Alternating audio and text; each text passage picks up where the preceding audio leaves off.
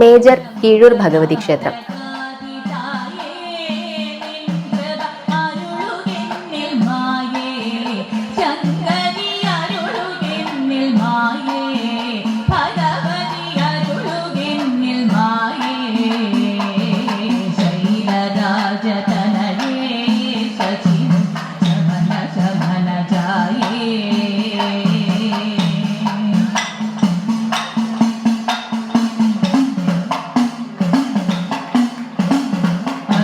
കമലനേത്രേ കമിതവത്രേ മധുരഗാത്രേ മഹേശ്വരി കമലനേത്രേ കമിതവത്രേ മധുരഗാത്രേ മഹേശ്വരി താപമേവ മകളേ കടവാൻ വഴി താപമേവ മകളേ കടവാൻ വഴി താപമേവ മകളേ.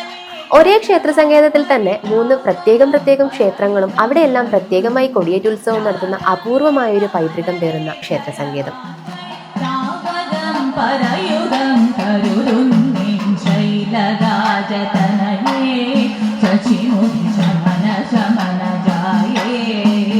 ഈ ക്ഷേത്രത്തിലെ ഏറ്റവും വലിയ പ്രത്യേകത എന്താണെന്ന് വെച്ചാൽ വിഷുപ്പത്തിന് ആരംഭിക്കുന്ന പാന മഹോത്സവമാണ്. ഒരു നാട് ഒന്നാകെ കാത്തിരിക്കുന്ന ദിവസങ്ങളാണ് പാന ഉത്സവം എന്ന് പറയുന്നത്.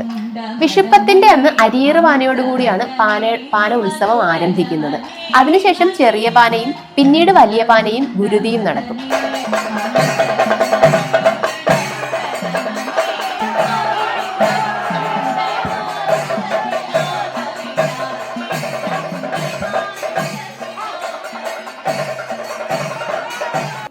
പാനയുടെ ആദ്യഘട്ടം എന്ന് പറയുന്നത് തന്നെ ഈ ഞൊറിഞ്ഞൊടുക്കലാണ്. പ്രത്യേക തരത്തിൽ മുണ്ട് ഞൊറിവെടുത്ത് മാറ്റിവെക്കുന്നതാണ് ഇതിന്റെ ആദ്യഘട്ടം.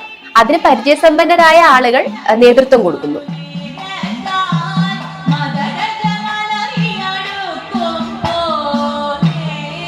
പാന എന്ന് പറയുന്നത് ഭദ്രകാളി ക്ഷേത്രങ്ങളിൽ മാത്രം അനുഷ്ഠിച്ചു വരുന്ന ഒരു ചടങ്ങാണ്. പാനയുടെ ഐതിഹ്യം എന്ന് പറയുന്നത് ദാരിക ദാനവേന്ദ്ര നിഗ്രഹവുമായി ബന്ധപ്പെട്ടാണുള്ളത്. പല ക്ഷേത്രങ്ങളിലും പാനയുടെ ചടങ്ങുകൾക്ക് വ്യത്യാസമുണ്ട്.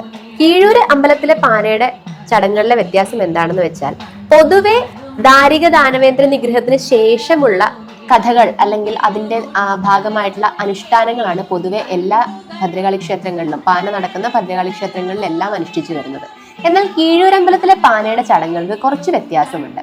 ഇവിടുത്തെ പാനയുടെ ചടങ്ങുകൾ ബന്ധപ്പെട്ടിരിക്കുന്നത് ഭദ്രകാളിയുടെ പടപ്പുറപ്പാടുമായി ബന്ധപ്പെട്ടാണ്.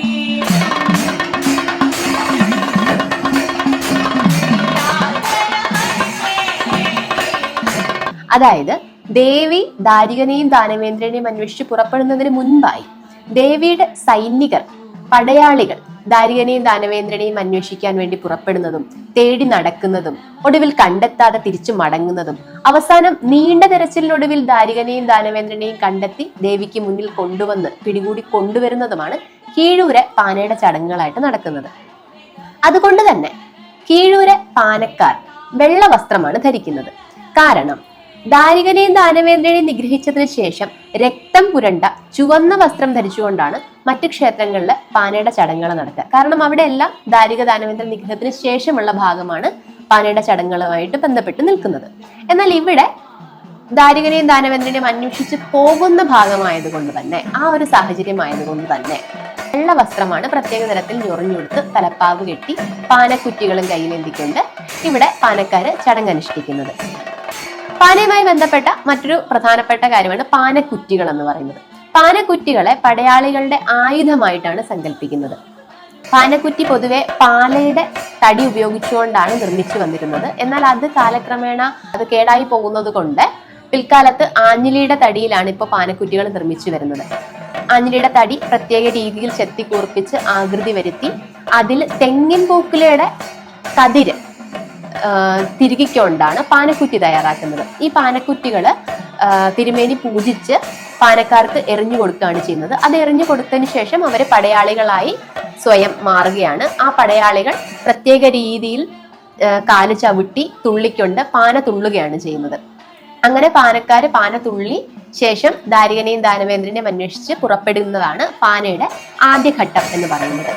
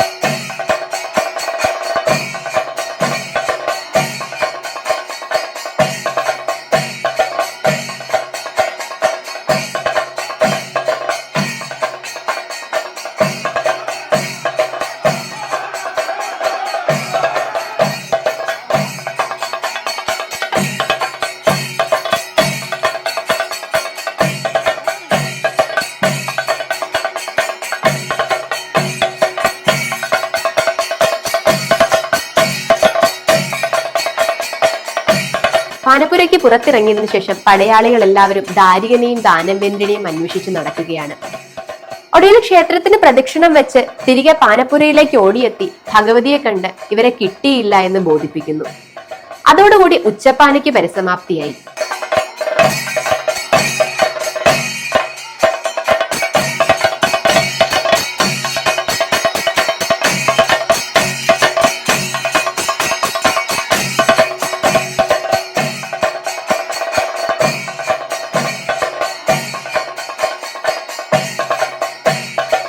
തുടർന്ന് വൈകുന്നേരം വീണ്ടും പാനക്കാർ പാനത്തറയിലേക്ക് എത്തും.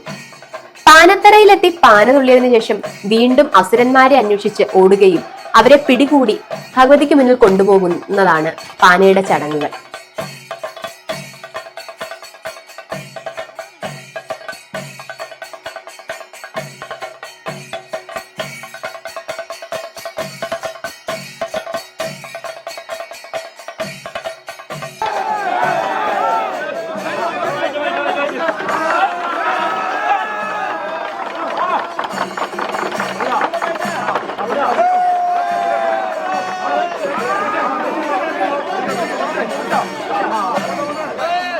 പാനപ്പുരയിൽ തന്നെയാണ് ഗുരുതിയും നടത്തുന്നത്.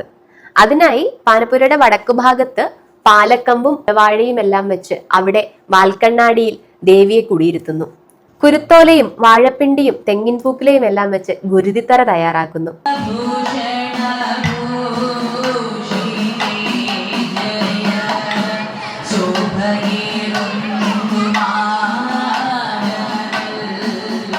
അതിനുശേഷം ഗുരുതിയുടെ ചടങ്ങുകൾ ആരംഭിക്കും. മഞ്ഞളും ചുണ്ണാമ്പും ചേർത്ത് വലിയ ഉരുളികളിലായി ഗുരുതി തയ്യാറാക്കുന്നു.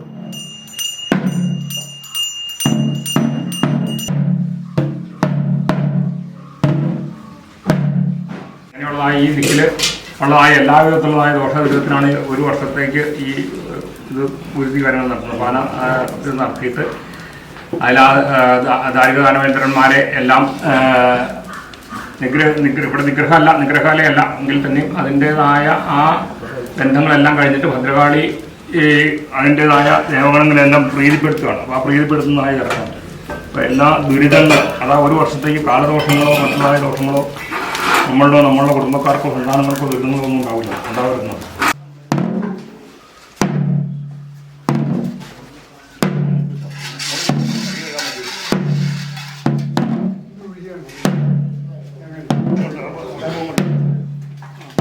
വേണ്ടി പ്രാർത്ഥിച്ചിട്ട്